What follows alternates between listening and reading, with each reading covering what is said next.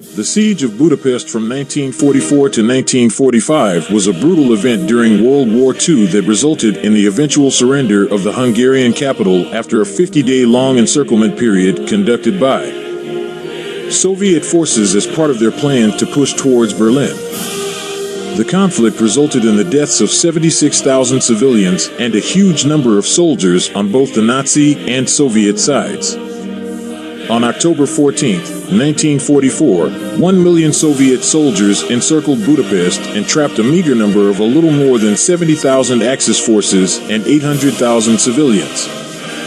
Despite the exacerbating situation, Hitler refused to allow a retreat, and Budapest was declared a fortress city. With the Yalta Conference approaching, Stalin wanted to display his full strength to Winston Churchill and Franklin D. Roosevelt. He therefore ordered General Rodion Malinowski to seize the city without delay. After several failed attempts by the Soviets to negotiate a peaceful surrender, street fighting had begun in the city, and the Soviets quickly seized the Ferihegy airport. Lack of supplies would hinder the Axis effort to keep up with the Soviets when it came down to the fighting. And the desperate Germans destroyed key bridges to hold the Soviets at bay and stall them as long as possible. The famous Chain Bridge, dating from 1849, was also destroyed. A somewhat hopeful relief attempt to break the encirclement by the 4 SS Panzer Corps also came to a halt due to supply issues and fatigue. After this misadventure, much of the city was abandoned and left to the advancing Soviet forces. Fierce fighting would ensue on Buda, Margaret Island, and Jelleberg Hill. Despite being severely outmanned and outgunned, the Nazi forces put up fierce resistance, fighting in and defending every street and house in the city. After capturing the southern railway station during a 2-day bloodbath, Soviet troops advanced to Castle Hill. On February 10th, after a violent assault, Soviet Marines established a bridgehead on Castle Hill, almost cutting the remaining garrison in half.